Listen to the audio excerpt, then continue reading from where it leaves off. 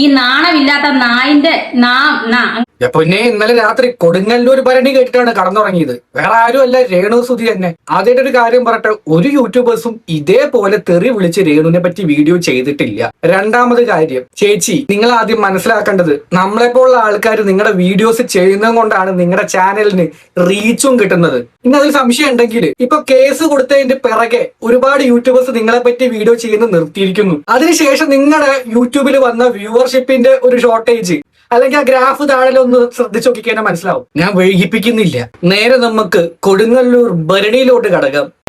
കിച്ചു രേണുവിനെ ഗർഭമാക്കിയോ? നിങ്ങൾക്ക് ഇത് എങ്ങനെ കേട്ടോണ്ട് നിൽക്കാൻ സാധിക്കുന്നത്? വേറെ വല്ലവരുമാണോ ചെവുകുറ്റി അടിച്ചു പൊട്ടിച്ച? നമ്മളെ കാര്യം പറയാലോ. ഇതുണ്ടാക്കിയവരെ നിനക്കറിയാലോ, നോക്കടാ. അവൻ എന്നെ ആങ്കറിനെ അടിച്ചു പൊട്ടിക്കണം. അതുൽ വ്ലോഗ്സ് ചിലവർക്കെങ്കിലും അറിയുന്നതായിരിക്കും. ആൾ ഒരു തംബ്നെയിലാണ് പോസ്റ്റ് ചെയ്തു, ഗർഭമാക്കിയോ കിച്ചു രേണുവിനെ പീഡിപ്പിക്കാൻ ശ്രമിച്ചോ, സത്യം ഇത് എന്ന് പറഞ്ഞിട്ട്. ആളുടെ വീഡിയോ കണ്ടു നോക്കിയപ്പോ ഇമാതിരി വർത്താനങ്ങൾ എന്തായാലും അവിടെ പറയുന്നില്ല.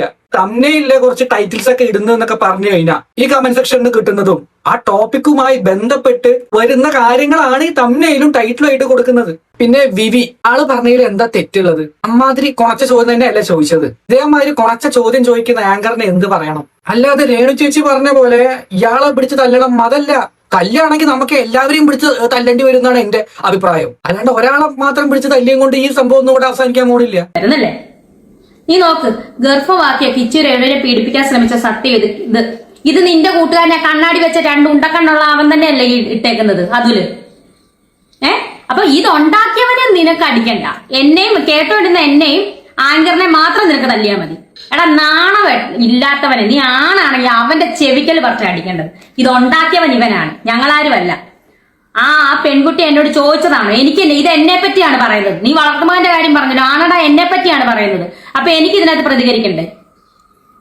ഇതുണ്ടാക്കിയവൻ നിന്റെ കൂട്ടുകാരനാ, തൊപ്പി വെച്ചവനെ. നീ അവന്റെ ബോന്തക്കുട്ടിക്കാണ് ചെന്ന് അടിക്കേണ്ടത്. അമ്മയും പെങ്ങളും തിരിച്ചറിയാത്തവൻ അവനാണ്. ഓൾറെഡി ഈ നാശം പിടിച്ച അതുലിനെതിരെ ഓൾറെഡി ഒരു FIR കേസ് കിടപ്പുണ്ട്, അത് കോടതിയിലാണ്. എന്നിട്ടും ഇവൻ ഇങ്ങനെ തന്നെ ഈ നാണമില്ലാത്ത നാശം പിടിച്ച ചരിതം വിറ്റ കഥ അടക്കം പുറത്ത് വിട്ടെന്ന്. ഇവന്റെ വീട്ടിലെ മറ്റവളായിരിക്കും വിറ്റ് നടന്നത്. അല്ല, ഇവന്റെ വീട്ടിൽ ഇവനെ വളർത്തിയതിന്റെ ഗുണമാണിത്.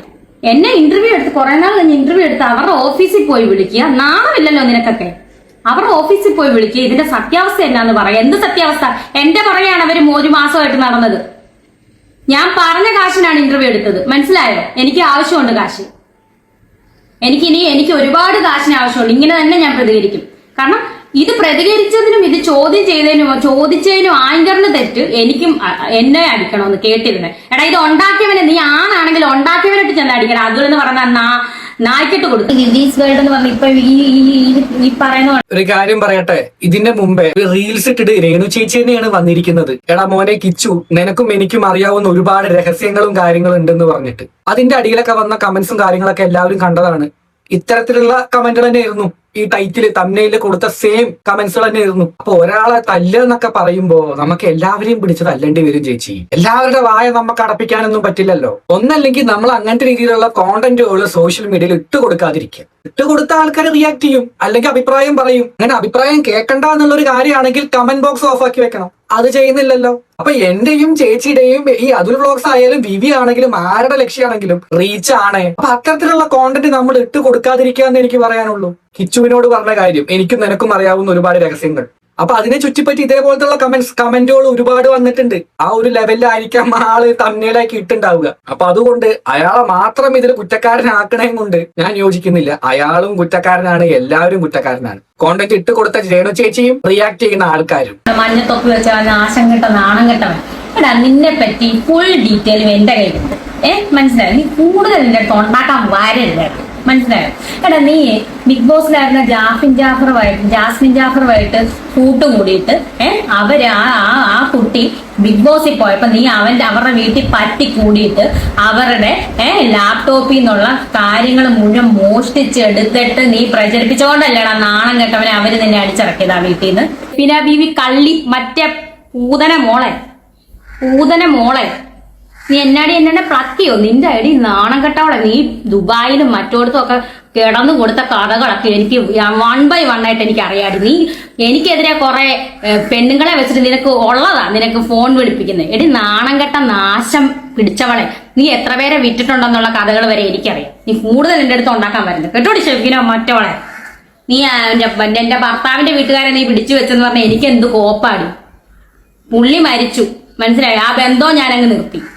എന്റെ ഭർത്താവിന്റെ വീട്ടുകാരുമായിട്ടുള്ള എനിക്കിനി അങ്ങനെ ഒരു ബന്ധമില്ല. എനിക്ക് എന്റെ കൊച്ചിന്റെ കാര്യം എനിക്കറിയത്തില്ല. എനിക്കിനി അങ്ങനെ ഒരു ബന്ധമില്ല. അതിലെന്ന് പറയുന്നവൻ ഇന്ന് കാർ എടുത്തില്ലേ? എടാ, എന്നെ വിറ്റ് ഉണ്ടാക്കിയ കാശിന്റെ പകുതിയെങ്കിലും അതിനകത്ത് കാണും. ഇല്ല, നീ ചങ്കത്ത് നീ ആണാണെങ്കിൽ നീ എന്റെ മുന്നിൽ വന്ന് പറയണം നായിന്റെ മോനെ. അങ്ങനെ തന്നെ ഞാൻ വിളിക്കും. എന്റെ മറ്റവളുണ്ടല്ലോ ബീവി, അവക്കൊതുക്ക ബാക്കി കാണിക്കുക ഭരണിപ്പാട്ടാണ്. പിന്നെ ജാസ്മിൻ ജാഫറിന്റെ കാര്യമൊക്കെ ഇതിലോട്ട് വേറെ ആൾക്കാരെയൊന്നും വലിച്ചിടണ്ടെന്ന് എനിക്ക് പറയാനുള്ളൂ. അതിന്റെ അടുത്ത ഡിസാസ്റ്ററിന് കാരണമാവും. ഇപ്പൊ തന്നെ കോണ്ടന്റ് കൊണ്ട് നിറഞ്ഞിരിക്കുകയാണല്ലോ. ഇനി എന്തായാലും ഇത് വെച്ച് കുറച്ച് റീച്ച് ഒക്കെ ഉണ്ടാക്കാം.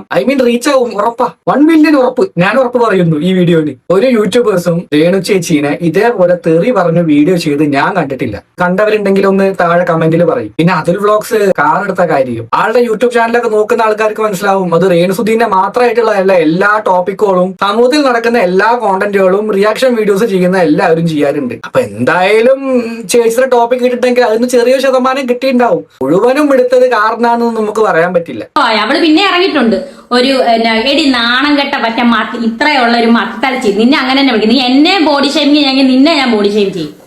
മറ്റവളെ കോണ്ടൂര് റിസോർട്ട് നീ വന്നത് നീ തീറ്റി തിന്നതും ഒക്കെ ഞാൻ അറിഞ്ഞു. മനസ്സിലായോ? നീ എന്നിട്ട് എന്നെ ഇവിടുന്ന് എന്റെ വീട്ടുകാരെ ഇവിടെ ഇറക്കി എന്നെ ഇവിടെ ഇറക്കിയിട്ട് നീ ഇതിന്റെ തൊട്ടപ്പുറത്ത് സ്ഥലം മേടിച്ച് നീ അങ്ങോട്ട് താമസിക്കും. നീ വാടി ഇങ്ങോട്ട്. നിന്നെയും കൂടെ പറഞ്ഞത് ഷെഫീന കള്ളി ബീവി. നീ ഒരു ഇസ്ലാമിന് ചേർന്നവളല്ല. എനിക്ക് മനോഹരമായിട്ടുള്ള വീട്, എന്റെ മോന് എന്റെ കുഞ്ഞിന്റെ ഒരു വീടുണ്ട്, അതിൽ ഞാൻ താമസിക്കുന്നു.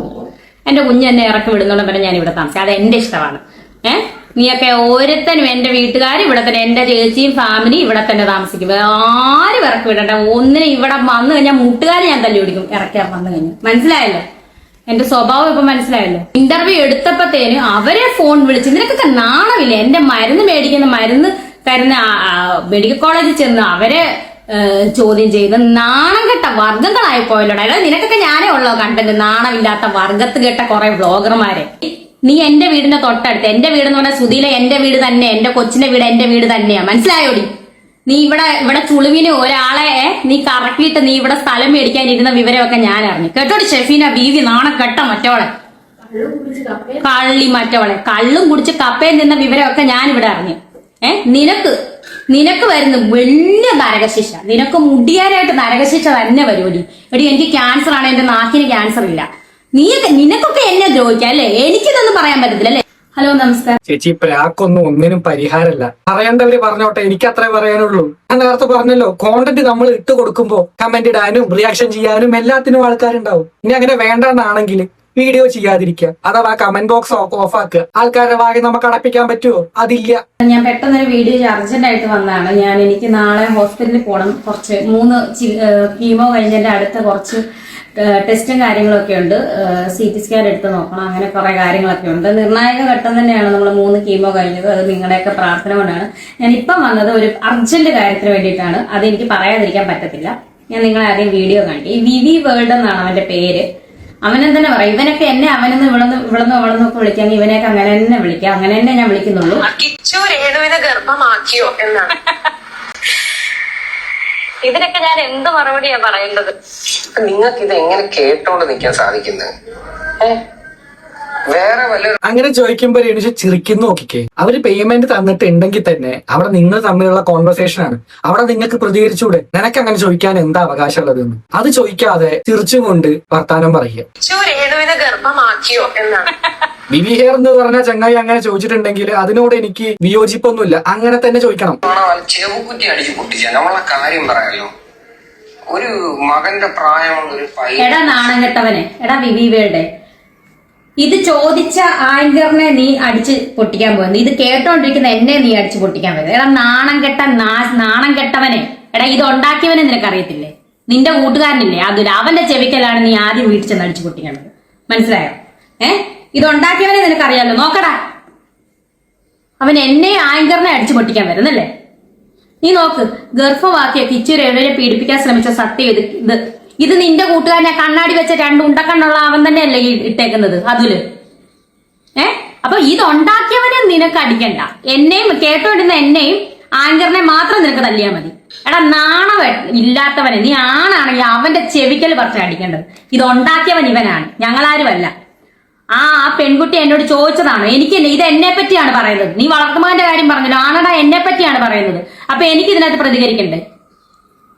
ഇതുണ്ടാക്കിയവൻ നിന്റെ കൂട്ടുകാരനാ, തൊപ്പി വെച്ചവനെ നീ അവന്റെ മോന്തക്കുട്ടിക്കാണ് ചെന്ന് അടിക്കേണ്ടത്. അമ്മയും പെങ്ങളും തിരിച്ചറിയാത്തവൻ അവനാണ്. ഓൾറെഡി ഈ നാശം പിടിച്ച അതുലിനെതിരെ ഓൾറെഡി ഒരു FIR കേസ് കിടപ്പുണ്ട്, അത് കോടതിയിലാണ്. എന്നിട്ടും ഇവൻ ഇങ്ങനെ തന്നെ, ഈ നാണമില്ലാത്ത നാശം പിടിച്ച നാശം കെട്ടവൻ ഇങ്ങനെ തന്നെ ഇവനെ പറയാം. നിങ്ങൾ ഇനി ഇതിന്റെ പേരിൽ എന്നെ എനിക്ക് ക്യാൻസർ ആണെന്ന് പറഞ്ഞിട്ട് ഞാൻ ഇങ്ങനെ തന്നെ പറയും. ഈ നാണമില്ലാത്ത നായിന്റെ അങ്ങനെ തന്നെ പറയും. ഇവന് നാണമുണ്ടോ ഇങ്ങനെ എന്നെ ഈ ക്യാൻസർ ആയിട്ട് എന്നെ ഇവൻ വെറുതെ വിടുന്ന? അടുത്തത് ശരീരം വിറ്റ കഥ അടക്കം പുറത്ത് വിട്ടെന്ന്. ഇവന്റെ വീട്ടിലെ മറ്റവളായിരിക്കും വിറ്റ് നടന്നത്, അല്ല ഇവന്റെ വീട്ടിൽ ഇവനെ വളർത്തിയതിന്റെ ഗുണമാണിത്. ഇവന് നാണമുണ്ടോ ഈ കണ്ണും കണ്ണാടിയും വെച്ചോണ്ട് ഈ നാണം കെട്ട നാശത്തിൽ ഇങ്ങനെ പറയും? വേറെ ഒരുത്തിയുണ്ട്, അവളെ ഞാൻ പിന്നെ വെറുതെ വിട്ട്.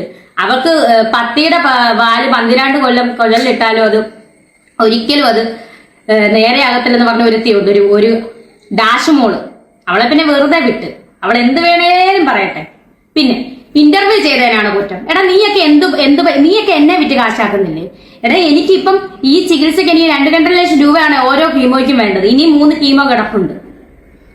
എനിക്ക് ഇവിടെ വന്നിട്ട് എനിക്ക് വരുന്ന ഇന്റർവ്യൂസും എനിക്ക് വരുന്ന ഫോട്ടോഷൂട്ടും ഞാൻ ചെയ്യും. നീ അല്ല പൈസ തരുന്നത്. ഞാനിവിടെ കിടക്കി എനിക്ക് എന്നെ ആവശ്യമുള്ളത് കൊണ്ടാണ് വരുന്നത് ഇവര്. എന്നെ ഇന്റർവ്യൂ എടുത്ത് കുറെ നാൾ കഴിഞ്ഞ് ഇന്റർവ്യൂ എടുത്ത് അവരുടെ ഓഫീസിൽ പോയി വിളിക്കുക. നാണമില്ലല്ലോ നിനക്കൊക്കെ? അവരുടെ ഓഫീസിൽ പോയി വിളിക്കുക, ഇതിന്റെ സത്യാവസ്ഥ എന്നാന്ന് പറയാം. എന്ത് സത്യാവസ്ഥ? എന്റെ പറയാണ് അവര് 1 മാസമായിട്ട് നടന്നത്. ഞാൻ പറഞ്ഞ കാശിനാണ് ഇന്റർവ്യൂ എടുത്തത്, മനസ്സിലായോ? എനിക്ക് ആവശ്യമുണ്ട് കാശ്. എനിക്ക് ഒരുപാട് കാശിന് ആവശ്യമുണ്ട്. ഇങ്ങനെ തന്നെ ഞാൻ പ്രതികരിക്കും. കാരണം ഇത് പ്രതികരിച്ചതിനും ഇത് ചോദിച്ചതിനും ആങ്കറിന് തെറ്റ്, എനിക്കും എന്നെ അടിക്കണമെന്ന് കേട്ടിരുന്നത്. എടാ ഇത് ഉണ്ടാക്കിയവനെ, നീ ആണാണെങ്കിൽ ഉണ്ടാക്കിയവനായിട്ട് ചെന്ന് അടിക്കണം. അതുകൊണ്ട് പറഞ്ഞ നായ്ക്കിട്ട് കൊടുക്കും. ലിലീസ് വേൾഡ് എന്ന് പറഞ്ഞ ഇപ്പൊ ഈ പറയുന്നതുകൊണ്ട് മഞ്ഞത്തൊപ്പി വെച്ച നാശം കെട്ട നാണം കെട്ടവൻ. എടാ നിന്നെ പറ്റി ഫുൾ ഡീറ്റെയിലും എന്റെ കയ്യിലുണ്ട്. മനസ്സിലായോ? നീ കൂടുതൽ നിന്റെ അടുത്ത് ഉണ്ടാക്കാൻ വരരുത്, മനസ്സിലായോ? എടാ നീ ബിഗ് ബോസിലായിരുന്ന ജാസ്മിൻ ജാഫറുമായിട്ട് കൂട്ടുകൂടിയിട്ട് അവര് ആ കുട്ടി ബിഗ് ബോസിൽ പോയപ്പോ നീ അവരുടെ വീട്ടിൽ പറ്റി കൂടിയിട്ട് അവരുടെ ലാപ്ടോപ്പിൽ നിന്നുള്ള കാര്യങ്ങൾ മുഴുവൻ മോഷ്ടിച്ചെടുത്തിട്ട് നീ പ്രചരിപ്പിച്ചുകൊണ്ടല്ലേടാ നാണം കെട്ടവനെ അവര് നിന്നെ അടിച്ചിറക്കിയത് ആ വീട്ടിൽ നിന്ന്. കള്ളത്തരം നീ പണ്ടേ ഈ കള്ളത്തരത്തിൽ നീ പറ്റിച്ച് ആൾക്കാരെ പറ്റിച്ച് കൂട്ടുകൂടി ഈ നാശം ഉണ്ടാക്കുന്നവനാണ്. നിന്നെ പണ്ടേ അറിയാം. നിന്റെ ഫുൾ ഡീറ്റെയിലും എന്റെ കയ്യിലുണ്ട്, കേട്ടല്ലോ? കൂടുതൽ എന്റെ അടുത്ത് ചൊറിയാൻ വരരുത്, നാണം കെട്ട നാശം. അതിലെന്ന് പറയുന്നവൻ ഇന്ന് കാറെടുത്തില്ലേ? എടാ എന്നെ വിറ്റ് ഉണ്ടാക്കിയ കാശിന്റെ പകുതിയെങ്കിലും അതിനകത്ത് കാണും. ഇല്ല നീ ചങ്കത്ത് നീ ആണാണെങ്കിൽ നീ എന്റെ മുന്നിൽ വന്ന് പറയണം നായിന്റെ മോനെ. അങ്ങനെ തന്നെ ഞാൻ വിളിക്കുവനെ. എന്നെ പറ്റി എന്നാണ് ഞാൻ ശരീരം വിറ്റ് നിന്റെ വീട്ടിലുള്ളവരെയാണ് വിറ്റുണ്ടാക്കുന്നത്, ഞാനല്ല. നായിന്റെ മോനെ തന്നെ വിളിക്കും. പന്ന വൃത്തികെട്ട, കുറെ നാളായി സഹിക്കുന്നു ക്ഷമിക്കുന്നു. നീയൊക്കെ ഞാൻ ക്യാൻസർ ആണെന്ന് പറഞ്ഞിട്ടും നിനക്കൊന്നും അടക്കമില്ലല്ലേ? അപ്പൊ എന്നെ വിറ്റ് നീയൊക്കെ ഉണ്ടാക്കി കാശ് കൊണ്ടല്ലേടാ കാറിനകത്ത് ഞെളിഞ്ഞു പോകുന്നേ മറ്റേ മോനെ. അവന്റെ പറയുന്നില്ല, നിന്നോട് തന്നെ ഈ പറയുന്നത്. ഇനിയിപ്പൊ ഞാൻ നായിന്റെ മോനെ, എടാ നായിന്റെ മോനെ എന്ന് വിളിച്ചാൽ തെറിയാണെന്ന് എനിക്ക് തോന്നില്ല. നിനക്ക് ഞാൻ അതിനുള്ള യോഗ്യതയുള്ളൂ. ഞാൻ അങ്ങനെ തന്നെ നിന്നെ വിളിക്കുന്നത്. നീ ഇതിന്റെ പേര് വ്ലോഗ് ഉണ്ടാക്കണ്ട. നീ കാറ് മേടിച്ചില്ല എന്നെ വിറ്റിട്ട്, നാണം കെട്ടവൻ. എന്നെ വിറ്റ എന്റെ വ്യൂസ് അല്ല നിനക്ക് എവിടെയാണ് വ്യൂസ് ഉള്ളത്? നാണമില്ലാത്തത് മറ്റേ മോനെ. ഇനിയെങ്കിലും നീ നിർത്തടാ മറ്റവനെ. നിന്റെ മറ്റവളുണ്ടല്ലോ ബീവി, അവക്ക് ഒതുക്കമായ. അവള് പിന്നെ ഇറങ്ങിയിട്ടുണ്ട് ഒരു എടി നാണം കെട്ട പറ്റ ഇത്രയുള്ള ഒരു മത്തലച്ചി. നിന്നെ അങ്ങനെ തന്നെ വിളിക്കും. നീ എന്നെ ബോഡി ഷെയിമിങ് ചെയ്യാമെങ്കിൽ നിന്നെ ഞാൻ ബോഡി ഷെയിം ചെയ്യും. മറ്റവളെ കോണ്ടൂര് റിസോർട്ട് നീ വന്നത് നീ തീറ്റി തിന്നതും ഒക്കെ ഞാൻ അറിഞ്ഞു. മനസ്സിലായോ? നീ എന്നിട്ട് എന്റെ വീട്ടുകാരെ ഇവിടുന്ന് ഇറക്കി, എന്നെ ഇവിടെ നിന്ന് ഇറക്കിയിട്ട് നീ ഇതിന്റെ തൊട്ടപ്പുറത്ത് സ്ഥലം മേടിച്ച് നീ അങ്ങോട്ട് താമസിക്കും. നീ വാടി ഇങ്ങോട്ട്. നിന്നെയും കൂടെ പറഞ്ഞത് ഷെഫീന കള്ളി ബീവി. നീ ഒരു ഇസ്ലാമിന് ചേർന്നവളല്ല. നിന്നോടൊക്കെ ഞാൻ എരുന്നോടാ? നീക്ക് എന്നെ വിറ്റ് കുറെ കാശ് നാണമുള്ളവനാണെങ്കിൽ നിന്നോട് ഞാൻ ഏറുന്നോ പൈസ? ഏറുന്നോടാ? ഇല്ലല്ലോ. ഞാൻ ഒരു മനുഷ്യനോട് വരുന്നില്ലല്ലോ. നിന്നെയൊക്കെ തെറി നായിന്റെ മോനെ നല്ല വിളിക്കേണ്ടത്, വളർത്തിയതിന്റെ ഗുണമാണ്. നിനക്കൊക്കെ എന്തു എന്നെ വിളിക്കാം. മറ്റേ മോളെ, മറിച്ച മോളെ, ശരീരം വിൽക്കുന്നവളെ, മറ്റേ കളിക്കാരി ഇതൊക്കെയല്ലേ നീ എന്നെ മറ്റേ മോളെ മറിച്ച മോളെ ഇപ്പോഴും നീയൊക്കെ എന്നെ ഇങ്ങനെ തന്നെയല്ലേ വിളിക്കുന്നത്. അപ്പൊ നിന്നെയൊക്കെ അതിന്റെ അപ്പുറം ഞാൻ വിളിക്കും. വൃത്തികെട്ട പന്ന അങ്ങനെ തന്നെ നീയൊക്കെ കൊണ്ടാക്കിക്കൊണ്ട് വൃത്തികെട്ട നാശങ്ങള്. ഇപ്പോഴും അവൻ വളർത്തുമകൻ എന്തുവാ ഗർഭിണിയാക്കിയത് നീ തന്നെ തമ്പിലും കൊടുത്തിട്ട് അതിന് മാത്രം ആർക്കും കുറ്റമില്ല. ഞാനത് കേട്ടതിനും അതിന് ഉത്തരം പറഞ്ഞതിനുമാണ് കുഴപ്പം. എടാ എന്നെ സംബന്ധിക്കുന്ന കാര്യമാണ് അത്. അപ്പൊ എനിക്ക് സംസാരിച്ചല്ലേ പറ്റത്തുള്ളൂ. നീ നിന്റെ അമ്മച്ചി വന്ന് സംസാരിക്കും അതിനകത്ത്. രേണുസുതി ഇങ്ങനെ വന്നപ്പം ആൽബം ചെയ്തപ്പോ അതിന് തെറ്റ്. ഞാൻ യൂട്യൂബിൽ ക്യാൻസർ വന്ന് പോട്ടെ, മനുഷ്യനല്ലേ, ക്യാൻസർ വരാം, ക്ഷയം വരാം, കുഷ്ഠം വരാം. ക്യാൻസർ ആണെന്ന് മനസ്സിലായല്ലോ. ക്യാൻസർ രോഗത്തിൽ നിന്ന് ഞാൻ എന്തായാലും അടുത്ത വർഷം ഈ സമയമൊക്കെ ആകുമ്പോൾ ഞാൻ എഴുന്നേറ്റ് ഒന്നുമില്ല, ഇങ്ങനെ കേട്ടിരിക്കാന്നുള്ളൂ. രേണു ചേച്ചി എനിക്ക് ആകെ ചെയ്യാൻ പറ്റുന്ന റെസ്റ്റ് എടുക്കുക. ഇതേപോലെയുള്ള പൊട്ടിത്തെറിച്ചുള്ള വർത്താനങ്ങളൊന്നും ഈ സമയത്ത് പറയാതിരിക്കുക. കുറ്റം പറയുകയാണെങ്കിൽ നമുക്ക് ഒരുപാട് ആൾക്കാരെ പറയേണ്ടി വരും, വിത്ത് കമന്റ്സ് എഴുതുന്ന ആൾക്കാരെ. അപ്പൊ കോണ്ടന്റ് ചെയ്യുന്ന എല്ലാവർക്കും ഉള്ള സംഭവം തന്നെയാണ് ഇതൊക്കെ. ഇവരൊക്കെ ഉള്ളതുകൊണ്ട് തന്നെയാണല്ലോ നമുക്ക് മാസം ഒരു എമൗണ്ട്, നിശ്ചിത എമൗണ്ട് യൂട്യൂബിൽ നിന്നും കയറുന്നത്. സോ അത്തരത്തിലുള്ള തെറിവിളിയും കാര്യങ്ങളൊക്കെ ഒഴിവാക്കാന്ന് എനിക്ക് പറയാൻ പറ്റുള്ളൂ. സോഷ്യൽ മീഡിയയിൽ നിന്ന് കിട്ടുന്ന കാര്യങ്ങളൊക്കെ തന്നെയാണ് ആരാണെങ്കിലും അത് വീഡിയോ ആയിട്ട് ചെയ്യുന്നുള്ളൂ. തെറി പറയുകയാണെങ്കിൽ എല്ലാവരും പറയേണ്ടി വരും എന്നുള്ള കാര്യം ഓർമ്മിച്ചുകൊണ്ട് ഞാൻ വീഡിയോയുടെ വൈൻഡപ്പ് ചെയ്യാണ്. നിങ്ങൾക്ക് തോന്നുന്ന അഭിപ്രായങ്ങൾ എന്തായാലും കമന്റ് ബോക്സിൽ പറയുക. അപ്പൊ എന്തായാലും അടുത്തൊരു ടോപ്പിക്കായിട്ട് കാണാം. ബൈ.